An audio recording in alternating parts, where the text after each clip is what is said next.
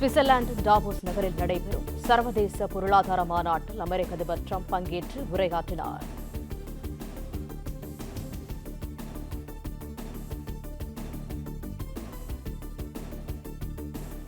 Often as much as 10% of houses on the market. You know, the crazy thing is a person can't get depreciation on a house, but when a corporate, no various other tiers, I don't know that they'd be there for us.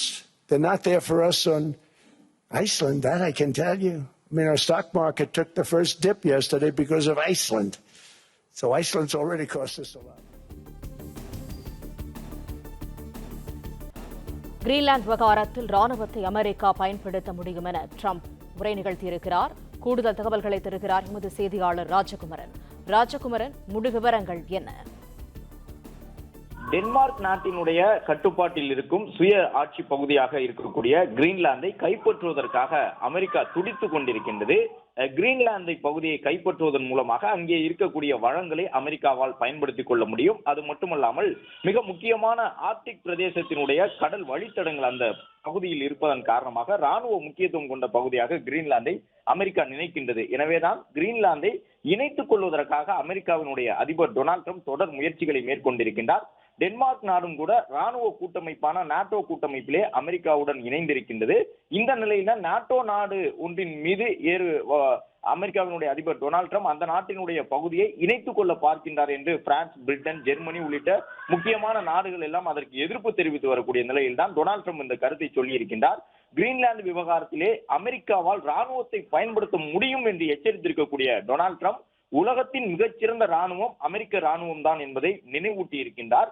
அதே நேரம் ராணுவ நடவடிக்கை மூலமாக எங்களால் டென்மார்க்கினுடைய கட்டுப்பாட்டில் இருக்கும் கிரீன்லாந்தை கைப்பற்ற முடியும் என்றாலும் கூட பேச்சுவார்த்தை நடத்தி கொண்டிருக்கின்றோம் டென்மார்க்குடன் என்ற ஒரு தகவலையும் சொல்லி இருக்கக்கூடிய டொனால்ட் ட்ரம்ப் அதோடு சேர்த்து இன்னொரு கருத்தையும் சொல்லி இருக்கின்றார். நாட்டோ என்கின்ற கூட்டமைப்பிற்கு ராணுவ ரீதியிலான கூட்டமைப்பு ரஷ்யாவிற்கு எதிராக ரஷ்யாவிடம் தாக்குதலை எதிர்நோக்கி இருக்கக்கூடிய நாடுகள் எல்லாம் அமெரிக்க தலைமையில் இணைந்து உருவாக்கி இருக்கக்கூடிய நாட்டோ கூட்டமைப்பிலே அமெரிக்கா தான் 100% நிதியை வழங்கி கொண்டிருக்கின்றது. ஐரோப்பிய ஒன்றியத்தை ரஷ்யாவிடமிருந்து காப்பாற்றி கொண்டிருப்பது நாட்டோ கூட்டமைப்பின் மூலமாக அமெரிக்கா. ஆனால் அந்த நாட்டோ கூட்டமைப்பில் இருக்கக்கூடிய ஐரோப்பிய நாடுகளே அமெரிக்காவினுடைய இந்த நிலைப்பாட்டுக்கு எதிர்ப்பு தெரிவிப்பது வருத்தம் அளிக்கின்றது என்ற துணியிலே டொனால்ட் ட்ரம்ப் ஒரு கருத்தை சொல்லி இருக்கின்றார். ஐரோப்பிய ஒன்றியத்தால் அமெரிக்காவிற்கு எந்த நன்மையும் கிடைக்கவில்லை. ஆனால் அந்த ஒன்றியத்தை காப்பதற்கான ராணுவ நடவடிக்கையான நாட்டோ அமைப்பிற்கு 100% நிதியை அமெரிக்கா தான் வழங்கி கொண்டிருக்கின்றது என்பதையும் குறிப்பிட்டிருக்கக்கூடிய டொனால்ட் ட்ரம்ப் உலகத்தினுடைய அமைதிக்காகத்தான் நான் கிரீன்லாந்து என்கின்ற பனித்தீவை கைப்பற்ற விரும்புகின்றோம் என்ற ஒரு தகவலையும் ட்ரம்ப் கூறியிருக்கின்றார். ஏற்கனவே ட்ரம்பினுடைய இந்த தொடர் பேச்சுகள் காரணமாக உலக பங்கு சந்தைகள் மிகப்பெரிய ஆட்டம் கொண்டிருக்கின்றன. தங்கம் உள்ளிட்டவற்றினுடைய விலை அதிபயங்கரமாக உயர்ந்து கொண்டிருப்பது டொனால்ட் ட்ரம்ப் ஒவ்வொரு நாளும் சொல்லக்கூடிய இது போன்ற வார்த்தைகள் தான் காரணமாக இருக்கின்றன. இந்த நிலையில் உலக பங்குச்சந்தை வீழ்ச்சி, பொருளாதார வீழ்ச்சி உள்ளிட்டவற்றை எல்லாம் அதிகரிக்கக்கூடிய விதமாக மீண்டும் ஒரு கருத்தை டொனால்ட் ட்ரம்ப் சொல்லியிருப்பதாக பார்க்கப்படுகிறது. உலகத்தினுடைய மிக பலம் வாய்ந்த ராணுவம் அமெரிக்காவிடம் தான் உள்ளது என்று டொனால்ட் ட்ரம்ப் கூறியிருக்கின்றார்.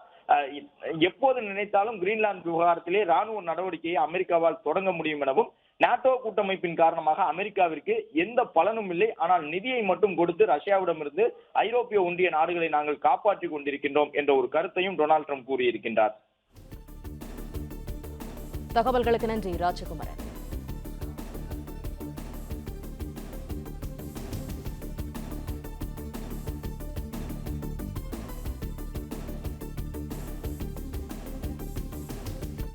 Thank you.